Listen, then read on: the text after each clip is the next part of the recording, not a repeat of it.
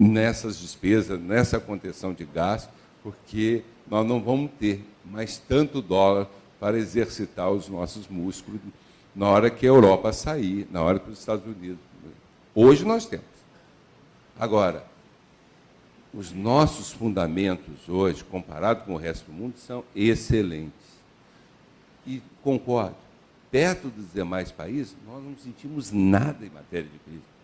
Nada. Pelo contrário, nós somos o primeiro país a sair para o desenvolvimento. O México já ficou para trás, a Espanha já ficou para trás, todos estão atrás. Então, agora é o seguinte, eu quero chegar com firmeza. Se eu quero chegar com firmeza, eu tenho que perceber que eu vou ter turbulência mais na frente e ajustar as asas. Pois já que temos um cenário econômico favorável, uma legitimidade política, né, como o ministro Adams falou, eu queria colocar, ministro Noronha, que o governo Lula deu ênfase à concessão de incentivos fiscais pontuais, especialmente em relação ao PIS/COFINS. A gente estava falando aqui de simplificação. Eu gostaria de saber quais as repercussões, as consequências dessa política em termos de aumento justamente da complexidade tributária. Os incentivos são setoriais, negavelmente, e Deus queira que sejam. Você pegou o que precisava de incentivo e tratou pontualmente. É assim que nós estamos saindo da crise. Nós saímos da crise em determinado momento no setor de veículos, reduzindo a carga tributária. Você voltou à carga tributária normal e o setor continua aquecido. Quer dizer, você atuou pontualmente, você fez uma gestão da economia, mas uma gestão pontual. E isso parece que foi um sucesso, nós não temos como negar. Agora... Doutor Everardo, concorda? Não. Não? Não concordo. Eu acho que é um perigo fazer esse tipo de tratamento. Mas foi um sucesso. O fato de ser um sucesso... Os fatos estão aí. Mas o fato de ter sido um sucesso, e reporto ao que você falou minutos atrás, não significa dizer que é um sucesso permanente. Porque significa dizer, ao mesmo tempo, que tornou o sistema mais complexo. Mas ele foi temporário. Não existe. Existem medidas não temporárias. O incentivo do carro foi temporário. Não, mas não estou falando de incentivo do carro. Nós estamos falando de incentivo do carro, é um incentivo. Veja o caso do incentivo do carro. Maravilhoso. Salvou a indústria automobilística. Acabou as cidades brasileiras. Essa foi a consequência. Alguém tem dúvida que mora em qualquer cidade do Brasil, que hoje já não se consegue fazer isso? Por quê? Mas não foi bom as pessoas poderem adquirir carro? Não. Veja, quando aí todos os adquirem, governos ninguém que adquire. tinham que se preparar a infraestrutura das cidades. Mas acontece que essa infraestrutura não existe. Acontece que a estrutura urbana brasileira não é capaz de absorver automóveis nessa dimensão. Então gasta, não é. Aí castiga a gente para andar a pé? Não, significava dizer o seguinte, esse custo, se fosse transformado em despesa, em investimentos públicos em transportes públicos, seria algo muito mais saudável para as cidades, seria algo muito mais viável e algo muito mais, sob qualquer aspecto, urbanístico ou ecológico, mais saudável. Professor, eu queria só... Hoje estamos no dia das polêmicas. O ano passado a gente concordava mais. Eu acho o seguinte, essa questão, eu não concordo, eu acho que essa questão do carro, ela foi extremamente pontual, e, na verdade, o que a gente viu é o seguinte, os benefícios fiscais, eles são incentivos para resolver problemas localizados. O que acontece com o carro? Nós tínhamos uma perspectiva de depressão de compra. Não vamos só pensar em carro, não. Pensa nas linhas brancas. Não, a linha branca. Mas, assim, o que eu quero dizer é o seguinte, existia, na época, uma perspectiva de depressão de aquisição. O comprador estava com receio. Era bom lembrar que as operações interbancárias, né, os brancos não estavam mais emprestando de si. Havia um risco de quebra sistematizada, e o governo fez duas medidas que eu achei importantes. Primeiro, estabeleceu via Caixa, o Banco do Brasil, linhas de crédito para operações interbancárias, inclusive para o Banco Central adquirir e emprestar para os bancos médios e pequenos que não estavam conseguindo crédito junto aos grandes bancos brasileiros. Segundo, incentivou o crédito, incentivando a aquisição, o consumo, incentivando ou criando benefícios provisórios, né, que reduziam custos e favoreciam esse consumo, permitindo que as operadoras, os agentes, né, as financeiras, pudessem continuar operando. É esse o objetivo. E ele cumpriu o seu papel, tanto que acabou o benefício. O benefício acabou. Né? Ele foi exatamente temporário e acabou. Nós estamos, mesmo sendo pedido pelas indústrias, a permanente, desculpe o pleonasmo, deles. Então, eu acredito que os benefícios fiscais eles têm um papel. O problema é quando o benefício fiscal é desvirtuado, ele acaba... Né, o que nós vemos hoje, aí é o problema que eu volto a dizer, eu concordo com o problema da guerra fiscal. Né? Benefícios fiscais que, na verdade, não são racionais, são para atender situações locais e acabam gerando situações possíveis de desindustrialização ou de migração de empresas de maneira atribulada e para atender, digamos assim, ou adquirir a vantagem do momento. Eu acho que tem que ter uma racionalidade no processo de benefício fiscal. Eu diria que talvez o grande problema hoje, e de fato tem na questão do ICMS, que é o Imposto de Consumo fortemente localizado, esse é um ponto que está na reforma tributária, que é buscar dar a esse uma racionalidade superior às decisões particulares dos estados, que tem que ter seu espaço federativo, mas não pode exercer espaço federativo de maneira a desestruturar o sistema todo e o país todo. Esse é o problema. Bom, veja bem, sobre guerra fiscal e incentivos fiscais, o que está no projeto relatado pelo deputado Sandro Mabel é uma pérola. Ele simplesmente acaba o incentivo fiscal da seguinte maneira, ele perpetua. Os incentivos fiscais concedidos ilegalmente são convalidados e praticamente perpetuados. Então, acaba a guerra fiscal por falta de pólvora. Deixa de ser pontual. Acaba por falta de pólvora.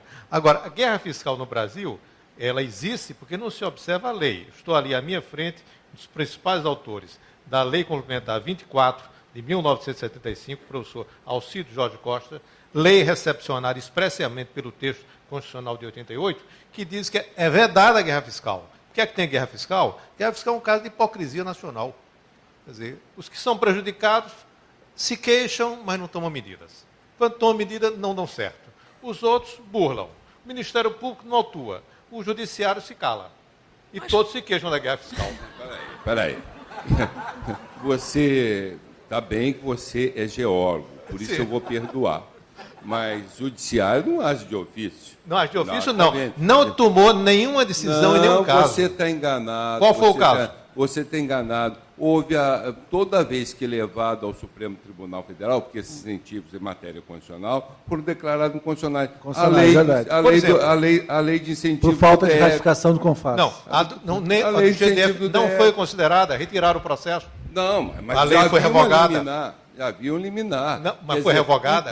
Então, se a lei foi revogada, a culpa não é do Judiciário. Sim, então significa dizer o seguinte... O Judiciário só pode pronunciar enquanto as partes procurarem... Caso do Espírito Santo, está há 15 anos que vai e volta. Bom, mas Incentivos fiscais do Fundaf. 15 anos que vai e volta a lei. Ok? Revoga uma lei e vem outra. Não, assuntos vão, voltam, tiram, negociam, adiam, o assunto está... Mas aí não é o Judiciário.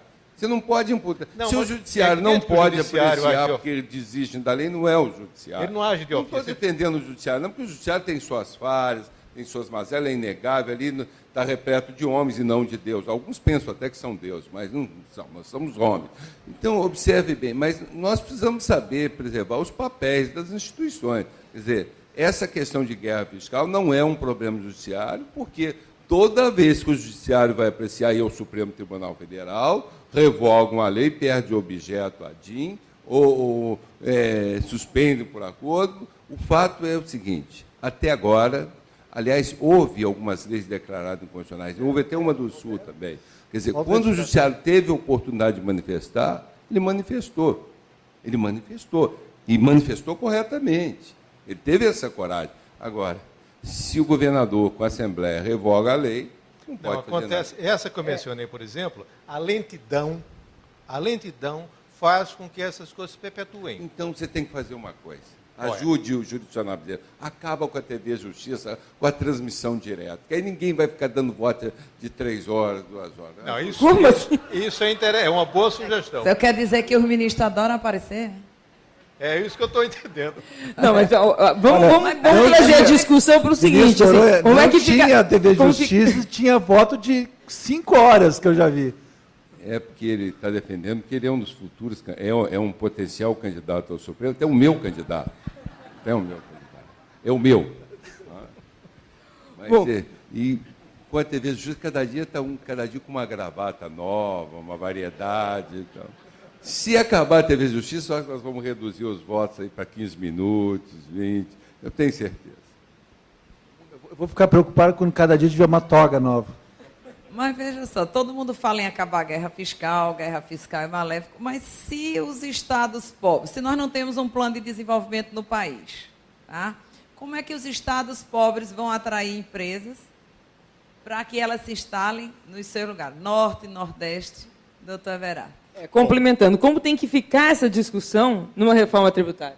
Então, veja bem, aí não se trata, o que é que chama de reforma tributária? Esse assunto nós estamos falando da Lei Complementar 24, dos critérios. Eu acho que tem que se reconhecer a necessidade dos estados fazerem atração de empresas, isso é razoável. A lei certamente reproduzia uma situação histórica que já não é mais a mesma. Nós estamos falando de algo que tem 35 anos, a situação já não é mais a mesma. A discussão sobre critérios de unanimidade tem que ser repensado.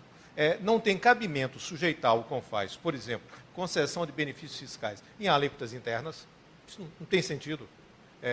Regras, por exemplo, teriam que ser pensadas, por exemplo, tratando da questão das alíquotas interestaduais. Alíquotas interestaduais que correspondem a uma espécie de benefício, quer dizer, negociar isso simultaneamente. É um trabalho complexíssimo. Não é uma tarefa simples, não. Colocar estados para negociar isso, cada qual vai tirar um tipo de vantagem e, usualmente, Noronha, remete a conta para a União. É o caso, por exemplo, dos benefícios fiscais para a exportação de matérias-primas e produtos intermediários. Lei Candir. Quando eu falo que nós temos que passar por um pacto federativo, é uma questão muito simples. Nós do Sul, na verdade, os gaúchos, os paulistas e o estado mais charmoso da federação, o equilíbrio que é Minas Gerais, não é verdade? Não gosto nem de falar que eu sou mineiro, tenho medo de ofender quem não é. Né? Mas nós temos, num pacto federativo, de entender que nós só vamos acabar com as desigualdades regionais na medida em que nós colaborarmos, consentirmos que algo venha de quem mais produz para quem pouco ou nada produz.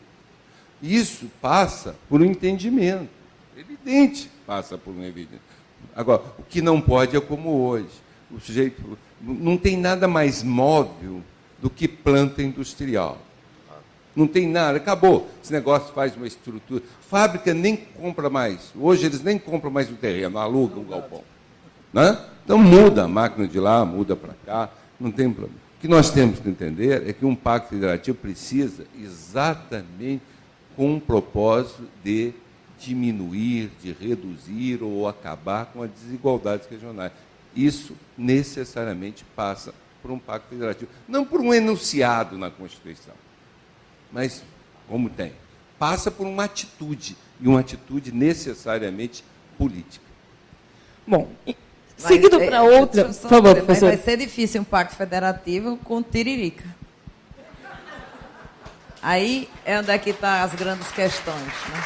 E nós somos culpados. Nós somos